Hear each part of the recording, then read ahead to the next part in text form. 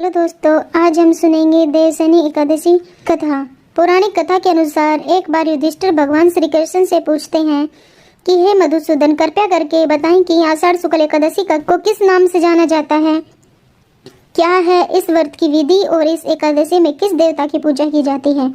युधिष्ठिर के इस प्रश्न का उत्तर देते हुए भगवान श्री कृष्ण कहते हैं कि हे युधिष्ठिर, जो कथा नारद ब्रह्मा जी ने नारद जी को सुनाई थी वही आज मैं तुम्हें सुनाता हूँ।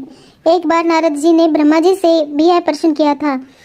तब ब्रह्मा जी ने उत्तर देते हुए नारद जी से कहा, नारद, तुमने कलयुग में सभी जीवों के कष्टों को समाप्त करने के लिए यह अति उत्तम प्रश्न किया है, क्योंकि देवशनि एकादशी का व्रत मनुष्य को जीवन के सभी कष्टों से मुक्ति दिलाता है और जो लोग इस व्रत को नहीं करते वह नरक जैसा जीवन व्यतीत करते हैं। देवशनि एकादशी का व्रत रखने से भगवान विष्णु प्रसन्न होते हैं। इस एकादशी को पदना और हरिशयनी एकादशी के नाम से भी जाना जाता है। इसके विषय में आज मैं तुम्हें एक कथा सुनाता हूँ, तुम ध्यान पूर्वक सुनो। सूर्यवंश में मानधाता नाम का एक चक्रवर्ती राजा हुआ करता था। वह राजा बहुत ही ज्यादा प्रतापी और सत्यवादी था। राजा अपनी प्रजा को अपनी संतान के समान मानता था। उसका राज्य सभी सुख और सुविधाओं से पूर्ण थी। पूरे राज्य में धन और धान्य की कोई कमी नहीं थी। उसके राज्य में कभी भी अकाल नहीं पड़ता था।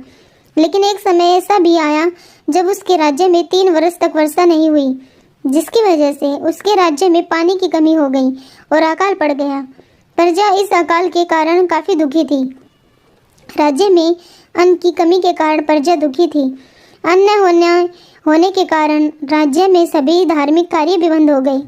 एक बार सारी प्रजा राजा के पास गई और राजा के आगे अपनी सभी व्यथा सुनाई। प्रजा ने राजा से कहा कि हे राजन, पानी जीवन के लिए अत्यंत महत्वपूर्ण है और वर्षा के बिना जल का पृथ्वी पर कोई आधार ही नहीं।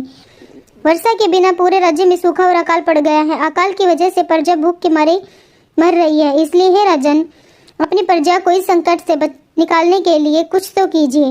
राजा ने प्रजा की सभी बातें सुनी और बोले, आप सब ठीक कह रही हैं। वर्षा के बिना उत्पत्ति संभव नहीं है और वर्षा ही आप सबके दुख का कारण है। मैं आप सभी की इस स्थिति को भली भांति समझता हूँ। राजा प्रजा से इतनी सी बात कहकर अपने कुछ सैनिकों के साथ वन की ओर चली दिए। राजा मानधाता अनेक ऋषियों के पास इस समस्या का समाधान खोजने के लिए गई, लेकिन इस समस्या का समाधान किसी भी ऋषि के पास नहीं था। अंत में ब्रह्मा जी के पुत्र अंगिरा ऋषि के आश्रम में पहुंचे। आश्रम में पहुंचकर सबसे पहले राजा ने ऋषि अंगिरा को प्रणाम किया। ऋषि ने राजा को आशीर्वाद दिया और राजा का कुशल मंगल पूछा। इसके बाद ऋषि अंगिरा ने राजा के आने का कारण पूछा। राजा ने हाथ जोड़कर विनम्रता से कहा है, हे ऋषिचर, मैंने हर प्रकार से धर्म का पालन किया, किसी जीव या जंतु को कभी परेशान नहीं किया और न ही किसी के साथ कोई अन्याय किया, लेकिन फिर भी मेरे राज्य में अकाल पड़ गया। प्रजा भूख के मारे मर रही है। शास्त्रों में लिखा है कि अगर कोई राजा किसी भी प्रकार का पाप करता है तो उसका दंड उसकी प्रजा को मिलता है, लेकिन मैंने तो कोई पाप नहीं किया। धर्म के अनुसार ही मैं अपने राज्य को चलाता हूँ, फिर भी मेरे राज्य में अकाल पड़ा, जिसका कारण ही जानने के लिए मैं इधर उधर भटक रहा हूँ।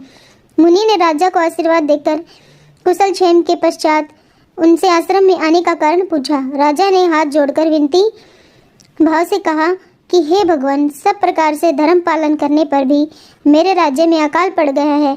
इससे प्रजा अत्यंत दुखी है। राजा के पापों के प्रभाव से ही प्रजा को कष्ट होता है, ऐसा शास्त्रों में कहा है।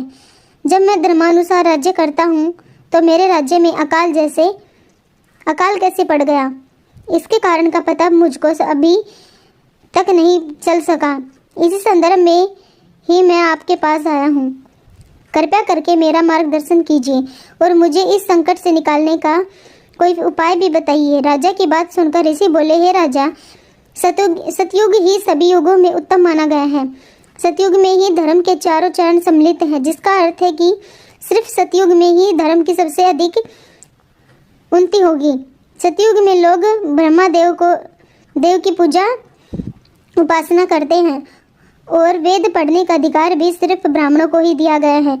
शास्त्रों के अनुसार एक ब्राह्मण ही तपस्या कर सकता है, लेकिन तुम्हारे राज्य में एक शूद्र तपस्या कर रहा है। इस अधर्म की वजह से ही तुम्हारे राज्य में वर्षा नहीं हो रही है। अगर तुम अपनी प्रजा का भला चाहते हो तो उस शूद्र का जल्द ही वध करवा दो। लेकिन राजा ने ऋषि की बात का बीच में ही काटते हुए कहा कि हे ऋषिवर, वह शूद्र तो निरपराध है, उसका तो कोई दोष ही नहीं, तो मैं उसे कैसे मार सकता हूँ? कृपया करके आप मुझे कोई दूसरा उपाय बताएं। तब ऋषि राजा को दूसरा उपाय बताते हैं और कहते हैं कि यदि तुम दूसरा उपाय ही जानना चाहते हो तो सुनो राजन। आषाढ़ मास के शुक्ल पक्ष में पड़ने वाली एकादशी को देवसेनी एकादशी के नाम से जाना जाता है। इस एकादशी का विधिवत व्रत और पूजन करो। अगर तुम देवसेनी का श्रद्धापूर्वक व्रत और पूजन करोगे तो भगवान की कृपा से तुम्हारे राज्य में वर्षा होने लगेगी, क्योंकि देवसेनी एकादशी का व्रत सभी प्रकार की प्राप्त कराने वाला कहा गया है और सभी प्रकार के कष्टों को समाप्त करने वाला कहा गया है। देवसेनी एकादशी का व्रत तुम अपनी पूरी प्रजा, सभी सेवक और मंत्रियों के साथ मिलकर करो। ऋषि अंगिरा की बात सुनकर राजा अपने राज्य लौट गए और विधि पूर्वक देवसेनी एकादशी का व्रत किया। व्रत के प्रभाव से जल्दी ही उसके राज्य में वर्षा होने लगी।